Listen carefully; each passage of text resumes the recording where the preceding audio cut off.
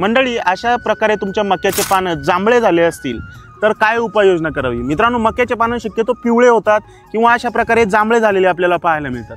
होतं काय मित्रांनो, आपण फक्त नायट्रोजन, फॉस्फरस, पोटॅशियम हे महत्त्वाचे अन्नद्रव्य आपल्या पिकाला टाकत असतो, परंतु आपल्या मका पिकाला झिंक आणि फेरस हे जे काही दुय्यम महत्त्वाचे अन्नद्रव्य आहेत तर त्याची जास्तीत जास्त कमतरता भासलेली पाहायला मिळते.